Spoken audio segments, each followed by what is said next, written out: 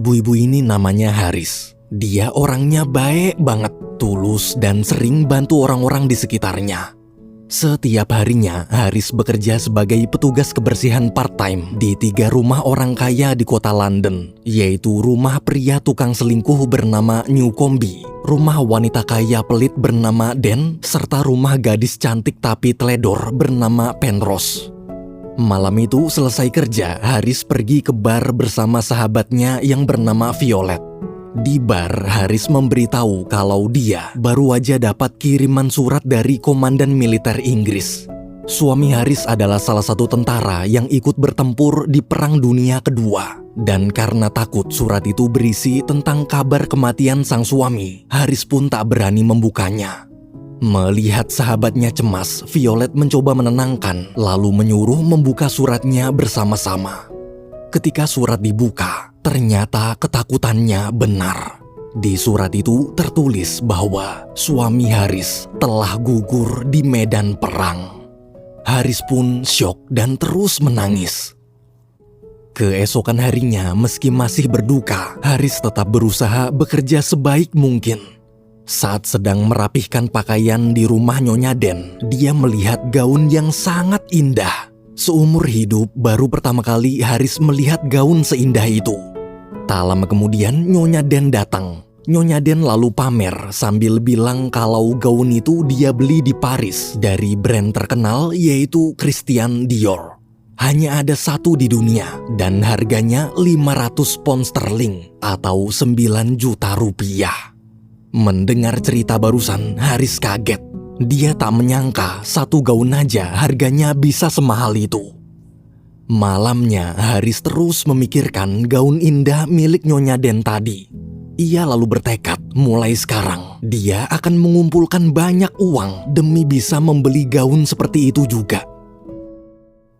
Besok malamnya, Haris iseng ngajak Violet main slot atau judi bola Manchester United lawan Blackpool. Ketika mereka mendengarkan suara pengumuman di radio, tebakan Violet salah.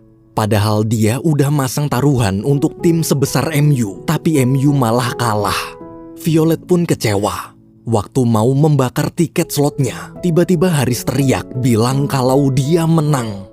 Ternyata Haris pasang taruhan untuk Blackpool. Sebagai sahabat, Violet ikut senang. Dia lalu bertanya hadiah uangnya mau Haris gunakan untuk apa. Sambil tersenyum, Haris berkata, dia akan membeli gaun yang paling indah di dunia. Hari demi hari berlalu, Haris semakin bersemangat mengumpulkan uang. Ia bahkan sampai mengambil beberapa pekerjaan tambahan agar targetnya bisa segera tercapai. Karena sangat yakin impiannya pasti akan terwujud, Haris pun mulai membuat paspor untuk pergi ke kota Paris. C'est tout. Rien au monde à faire oublier. N'oublie rien. D'âge en paysage, de pays et voyages qui nous on s'habitue. Suatu siang, waktu sedang bekerja, Haris bertanya ke Nyonya Den kapan dia mau membayar gajinya bulan kemarin. Haris butuh sekali gajinya untuk pergi ke Paris. Tapi udah tahu nunggak, bukannya langsung bayar, Nyonya Den tetap santuy sambil bilang kalau bulan ini dia lagi banyak pengeluaran. Jadi gajinya digabung bulan depan aja sekalian sama gaji bulan ini.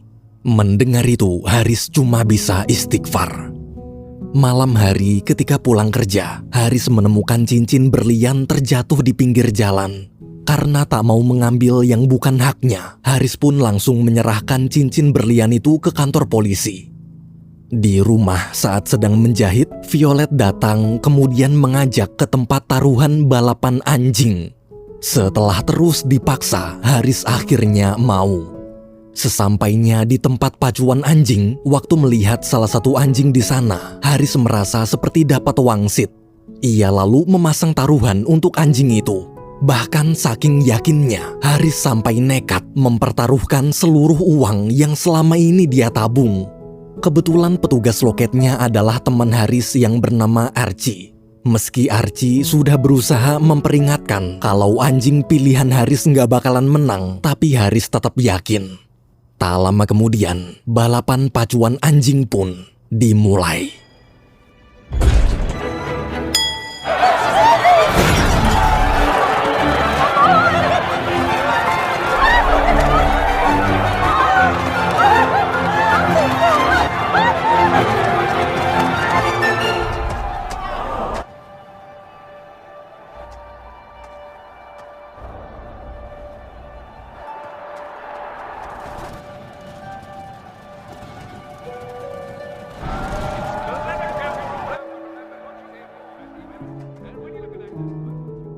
Anjing pilihan Haris kalah. Selesai pertandingan, Haris hanya duduk lemas di bangku penonton. Di tengah kegalauan, Archie datang menyemangati. Archie mengatakan meski kalah, dia tetap kagum dengan pendirian kuat Haris. Besoknya, karena masih kecewa, Haris cuma bisa tiduran seharian. Saat sedang melamun, mendadak ada tentara datang. Tentara itu memberitahu berdasarkan undang-undang, sebagai istri, Haris berhak dapat uang santunan atas kematian suaminya. Mendengar kabar barusan, Haris langsung ceria lagi. Tak lama kemudian, Violet datang bersama polisi.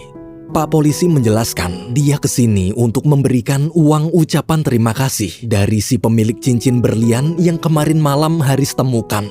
Di tengah obrolan, tiba-tiba Archie juga datang, lalu mengembalikan uang yang semalam Haris pertaruhkan. Archie cerita, tadi malam setelah Haris pulang, dia iseng masang taruhan di balapan kedua dan taruhannya menang. Mendengar itu, Haris tambah senang. Ia lalu menyuruh semua orang masuk untuk merayakan kabar baik hari ini bersama-sama. Kini uang tabungan Haris sudah lebih dari cukup untuk membeli gaun indah impiannya. Dan keesokan harinya, tanpa mau menunda-nunda lagi, Haris pun berangkat ke Paris.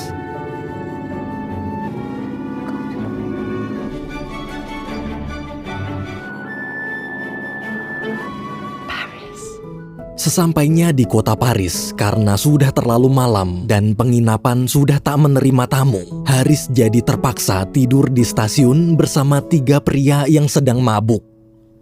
Besoknya Haris pergi ke gedung Christian Dior. Pas mau masuk, ada cewek jatuh terus buru-buru lari ke dalam. Melihat tas cewek tadi ketinggalan, Haris pun bergegas mengejar dan mengembalikan tasnya. Gadis itu lalu memperkenalkan diri. Namanya adalah Natasha. Setelah Natasha pergi, Haris mengisi daftar tamu terlebih dahulu di meja resepsionis. Tapi waktu manajer bernama Colbert melihat penampilan Haris yang kampungan, dia langsung mengusirnya.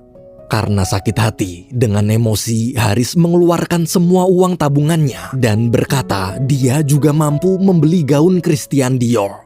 Dari belakang ada pria bangsawan bernama Marquis kasihan lalu membela Haris.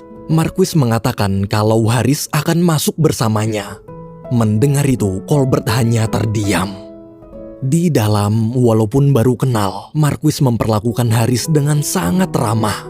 Dia juga memberitahu sebentar lagi akan ada fashion show beberapa pilihan gaun. Jadi sebelum membeli, Haris bisa melihat-lihat dulu gaun yang dipakai para model. Tak lama kemudian, fashion show pun dimulai. Oh, that's lovely. 4. Cocotte. Satin.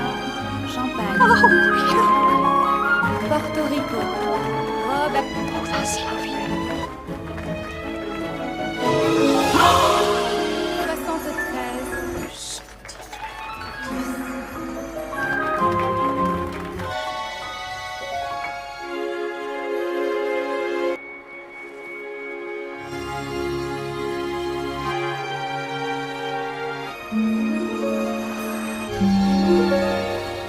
Kenapa ça?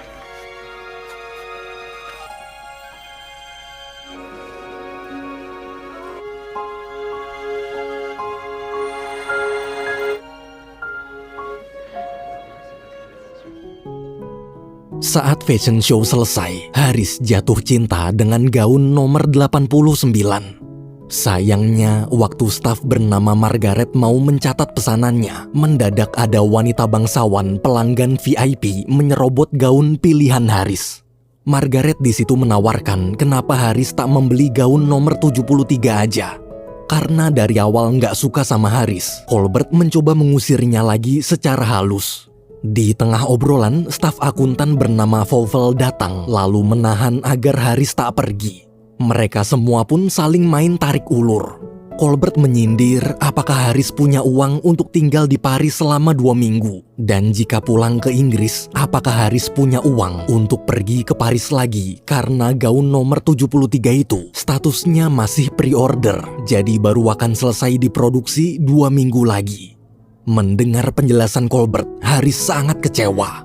Namun ternyata keberuntungannya belum habis. Dengan senang hati, Fauvel menawarkan Haris untuk tinggal di apartemennya selama 2 minggu ke depan. Kebetulan kamar kakaknya kosong karena sedang pergi liburan. Bagi Fauvel, customer yang sudah datang jauh-jauh dari Inggris tak boleh sampai pulang dengan tangan kosong. Haris pun terharu dan langsung menerima tawaran itu.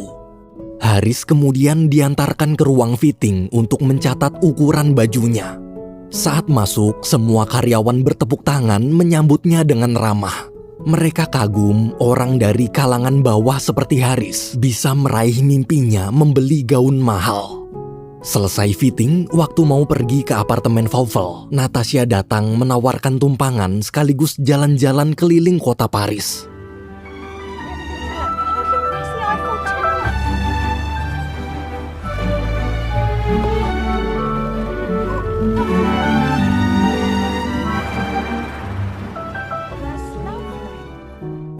Malamnya ketika Fauvel pulang, dia kaget melihat Natasha ada di rumahnya. Ternyata Harislah yang mengundang Natasha untuk ikut makan malam bersama. Saat mereka makan, Fauvel bertanya, kenapa seorang model terkenal mau makan di tempat kumuhnya ini, padahal pacar Natasha orang kaya. Mendengar pertanyaan itu, bukannya menjawab, Natasha malah mengalihkan topik. Melihat tingkah laku 2 anak muda di depannya, Haris sadar mereka saling suka, tapi pasti ada alasan kenapa mereka tak bisa bersama. Keesokan paginya, waktu fitting kedua, Haris terlihat sudah akrab dengan para karyawan Dior. Saking dekatnya, Margaret bahkan sampai memberitahu rahasia kalau brand besar sekelas Christian Dior ini sebenarnya sedang terancam bangkrut. Banyak sekali customer yang mengeluh, gaun buatan Dior memang indah, tapi sangat sulit menemukan aksesoris yang cocok dengan keindahan gaunnya. Padahal para karyawan sudah berkali-kali meminta Colbert bicara pada pemilik Dior agar membuatkan aksesoris juga. Tapi Colbert justru malah marah, bahkan sampai mengancam memecat mereka. Mendengar cerita barusan, Haris kaget. Selesai fitting, lagi-lagi Haris bertemu Marquis. Marquis lalu mengajak Haris jalan-jalan ke toko bunga langganannya. Di sana mereka berdua mengobrol panjang lebar.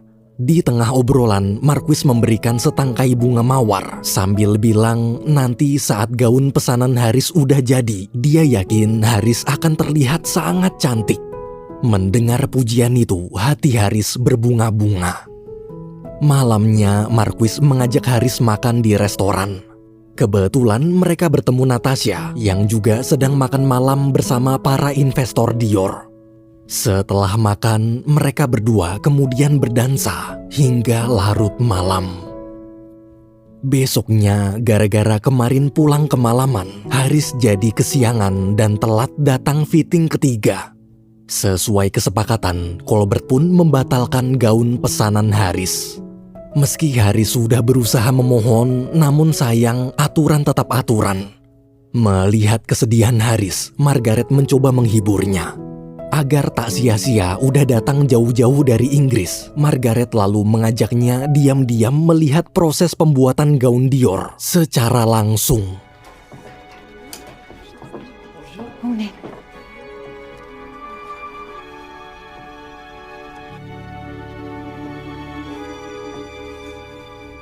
Structured couture, parmenture, broderie.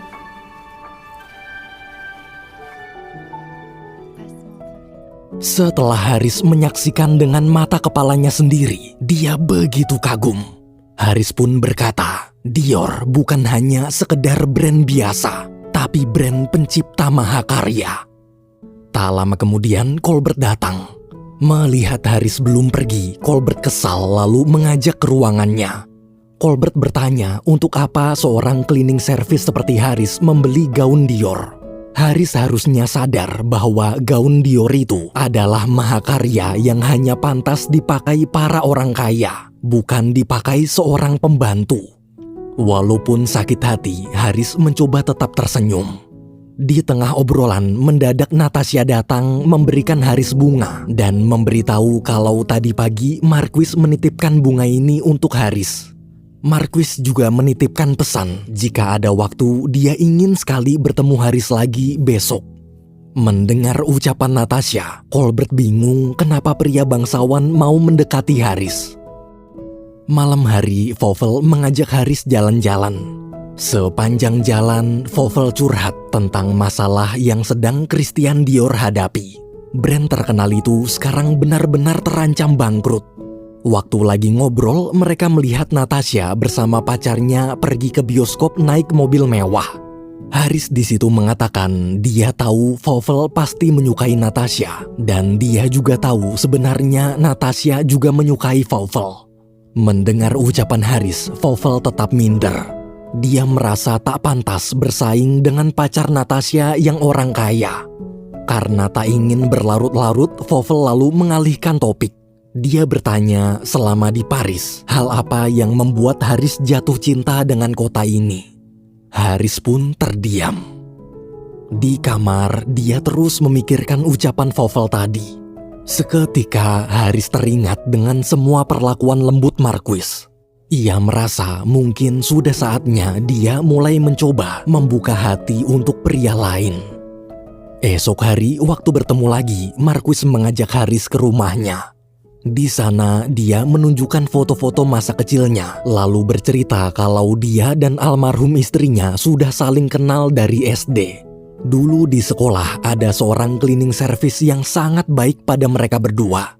Sebenarnya alasan Marquis mendekati Haris karena Haris mirip sekali dengan cleaning service di sekolahnya itu.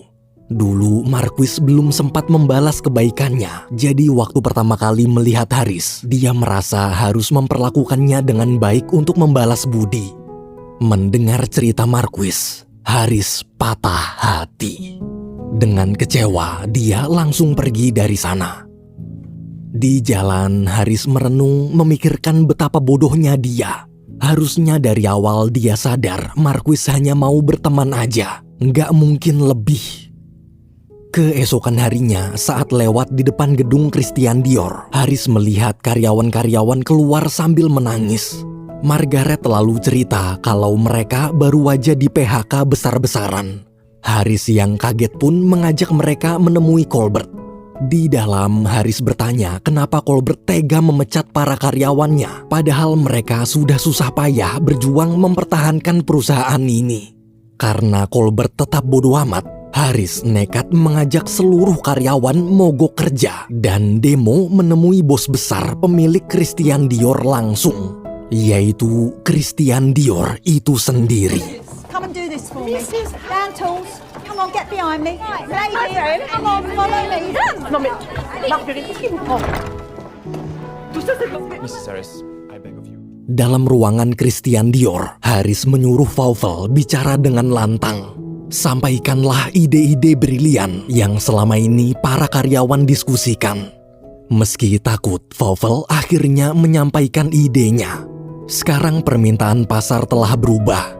Dior tak bisa hanya terus membuat gaun aja, tapi juga harus mulai memproduksi berbagai macam aksesoris baru seperti parfum, tas, serta produk fashion lainnya. Dan yang paling penting, harganya harus bisa dibeli oleh semua kalangan masyarakat, bukan cuma mengandalkan customer orang kaya aja. Karena ingin bicara empat mata, Christian Dior lalu menyuruh semuanya keluar kecuali Fauvel. Beberapa menit kemudian, Fauvel dan Christian Dior akhirnya keluar. Di hadapan semua orang, Fauvel mengumumkan bahwa mereka tak jadi dipecat. Dan karena sekarang Dior telah resmi akan mulai memproduksi berbagai macam produk aksesoris, jadi perusahaan justru butuh tambahan lebih banyak karyawan lagi. Mendengar kabar barusan, seluruh karyawan bersorak gembira. Namun di tengah kegembiraan, Colbert memutuskan mengundurkan diri. Keesokan malamnya, Fauvel dan Harris pergi ke rumah Colbert. Mereka ke sana untuk membujuk agar Colbert mau masuk Dior lagi. Harris menjelaskan tujuannya melakukan semua ini bukan karena ingin menjatuhkan Colbert, tapi dia hanya ingin mempertahankan brand Dior. Bagi Harris, produk-produk ciptaan Dior sangat indah dan dia tak rela kalau Dior sampai bangkrut. Mendengar penjelasan itu, Colbert menyesal. Ternyata rasa cinta Harris pada Dior sama seperti yang dia rasakan. Colbert lalu minta maaf dan berjanji besok dia akan kembali masuk kerja. Mulai sekarang dia juga janji tak akan pernah membeda-bedakan customer lagi. Tak hanya itu, dia juga akan melanjutkan pembuatan gaun nomor 73 pesanan Harris yang sebelumnya dibatalkan. Di tengah obrolan, Harris bertanya, kenapa dari kemarin dia tak melihat Natasha? Colbert memberitahu kemarin Natasha sudah kena PHK duluan. Kalau nggak salah kabarnya hari ini dia mau pergi meninggalkan kota Paris. Harris dan Fauvel yang kaget pun buru-buru ke stasiun. Beruntung mereka datang tepat waktu. Ketika bertemu, Natasha curhat dia baru aja diputusin pacarnya gara-gara dia udah bukan model Dior lagi. Sebenarnya selama ini Natasha juga terpaksa pacaran. Pacarnya itu mengaku punya hubungan dekat dengan Christian Dior dan mengancam jika Natasha menolak jadi pacarnya, maka dia akan meminta Christian Dior memecatnya. Dengan lembut, Fauvel pun mencoba menenangkan wanita yang sudah lama dia sukai itu. Fauvel berkata, mulai sekarang Natasha tak perlu takut dengan ancaman pria itu lagi. Kemarin Christian Dior telah memerintahkan seluruh karyawan yang di PHK untuk kembali bekerja. Fauvel juga cerita, Christian Dior yang dia kenal adalah orang bijak dan tak akan mungkin mau memecat karyawannya hanya karena disuruh orang lain. Mendengar ucapan Fauvel, hati Natasha terasa tenang. Harris yang dari tadi nontonin mereka berdua pun kesel kenapa adegan ciumannya nggak mulai-mulai. Ia lalu menyuruh Fauvel mencium Natasha duluan. Beberapa hari kemudian, gaun nomor 73 pesanan Harris telah selesai. Harris begitu bahagia. Mimpinya memiliki gaun indah kini benar-benar terwujud.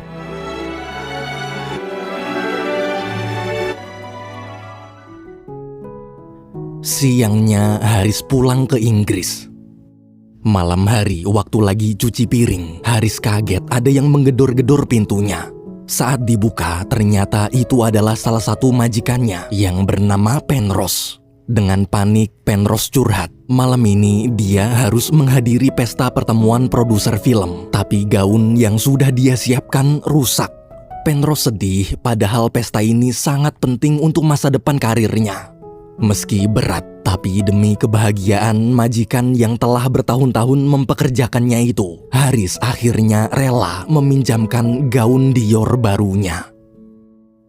Keesokan paginya, Harris mulai menjalani pekerjaan seperti biasa.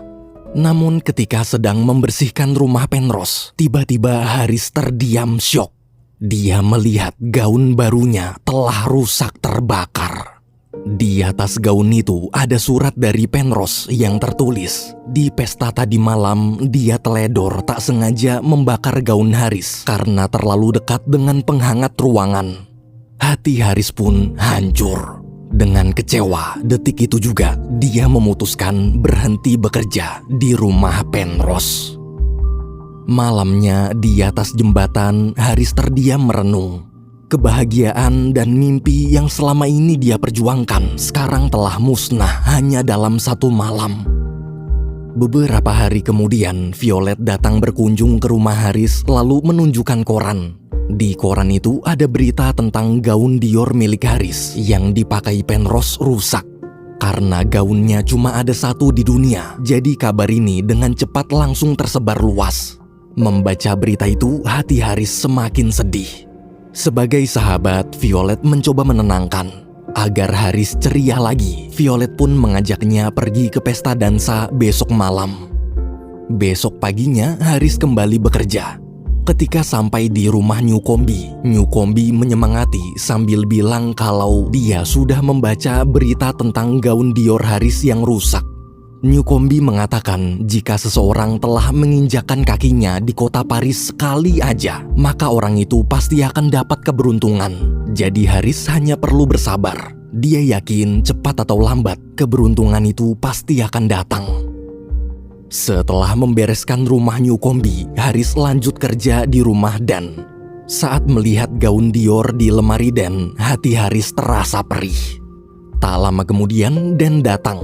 Dengan sombong, Dan memberitahu berita koran tentang Penrose. Ia bilang pemilik gaun Dior yang dirusak Penrose namanya mirip seperti nama Haris. Tapi Dan yakin pasti bukan Haris, karena Haris miskin. Mendengar hinaan majikannya itu, Haris muak. Dengan tegas, Haris berkata, dia berhenti kerja dan meminta semua gajinya yang selama ini nunggak dibayar minggu depan. Malamnya sebelum berangkat ke pesta, Haris dapat kiriman bunga mawar dan paket besar. Waktu dibuka, ternyata paket itu dari Christian Dior. Di dalam paket ada surat dari Colbert. Colbert menceritakan, semenjak kehadiran Haris, suasana kerja di Dior sekarang terasa seperti berwarna lagi. Penjualan meningkat tajam. Colbert jadi bisa menghargai semua customer dari berbagai kalangan. Natasha dan Fauvel juga akhirnya pacaran.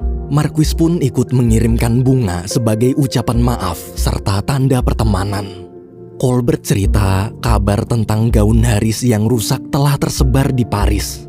Kebetulan wanita bangsawan yang dulu menyerobot pilihan gaun nomor 89 Haris membatalkan pesanannya gara-gara suaminya bangkrut. Jadi sang bos besar yaitu Christian Dior langsung membuatkan gaun nomor 89 itu dengan tangannya sendiri sebagai hadiah spesial untuk Haris. Tak hanya Christian Dior, tapi seluruh karyawan juga ikut bersama-sama membantu. Membaca surat Colbert, Haris begitu terharu. Malam itu juga, Haris pergi ke pesta dansa memakai gaun Dior nomor 89-nya. Sesampainya di aula pesta, ketika melihat penampilan Haris, semua orang terpesona termasuk Archie. Archie berkata, malam ini Haris cantik, sangat cantik. Archie dan Haris kemudian berdansa menikmati indahnya pesta. Film berakhir. Baby, you and me, we're so messed up together. Even if we tried, we'd be stuck here forever. I don't understand right now how to make it through, but I'll get over you, and it's not like I'm gonna hate you. It's what it is, nothing left that we could do. Even though it hurts right now, we will make it through. I'll get over you. I'll get over you.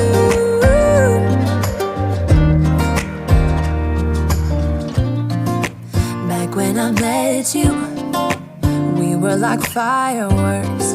Thought nothing could break us, but oh how we got burned. Look at us now, we scream, we fight, and no one knows the reason. We're both getting out